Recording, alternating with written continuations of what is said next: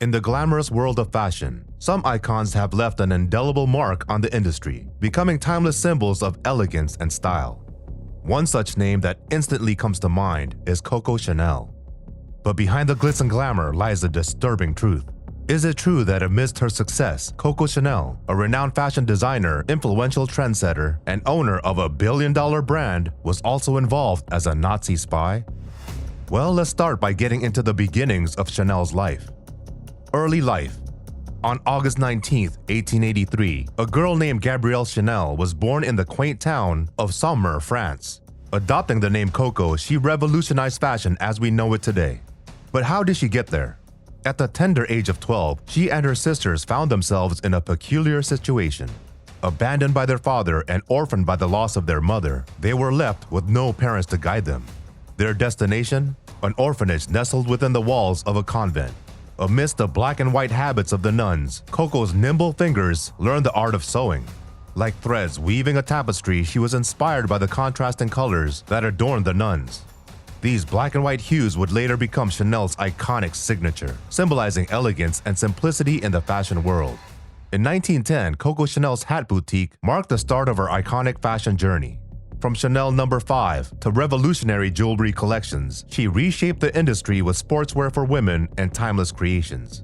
Her fashion legacy continues to captivate and inspire to this day. World War II.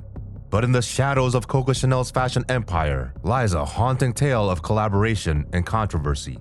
Did you know that in 2011, Chanel's wartime escapades were kept under lock and key? But thanks to author Heil and this explosive book you see right here, Sleeping with the Enemy, Coco Chanel's Secret War, the hidden truths were finally revealed. The fashion icon turned out to be more than just a designer, and boy was it a jaw-dropper. So what exactly was the deal with Coco and the Nazis? First, let's delve into the love affair that entangled Coco Chanel's life with that of a German officer, Baron Hans Gunther von Dinklage. It seemed like an innocent romance until shocking revelations emerged, painting a disturbing picture of Chanel's involvement with the Nazis. It is believed that a relationship with the German officer Hans was rooted in a mission to free her nephew, a captive French soldier. But was that the only reason? Vaughn's investigation discovered that she was actively collaborating with the Nazis and might have even played the role of a spy. Talk about a double life. From secret agent numbers like F7124 to cryptic code names like Westminster, Chanel's wartime activities seemed right out of a Hollywood spy thriller. As Vaughn's book describes, Chanel's connections with high-ranking figures like the Prince of Wales and Winston Churchill became assets she could exploit. Her influential 10-year relationship with the Prince of Wales set the stage for a new fashion era in England. But it was her unlikely friendship with the iconic Winston Churchill that would shape her fate during the tumultuous years of World War II.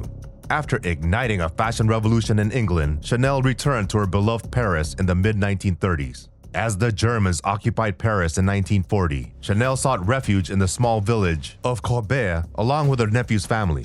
But her maternal instincts and fierce determination pushed her to take bold risks. She was determined to secure her nephew's release from a prisoner of war camp, and to do so she turned to her influential connections in Paris. By 1941, Chanel had forged ties with political figures in London, Madrid, and Paris. However, it was her relationship with Baron Hans Gunther von Dinklage, a Gestapo spy, that would thrust her deeper into the heart of darkness.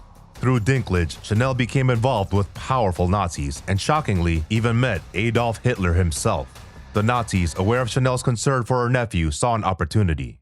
They proposed a deal. They would release him in exchange for Chanel's assistance in communicating with her influential Allied contacts.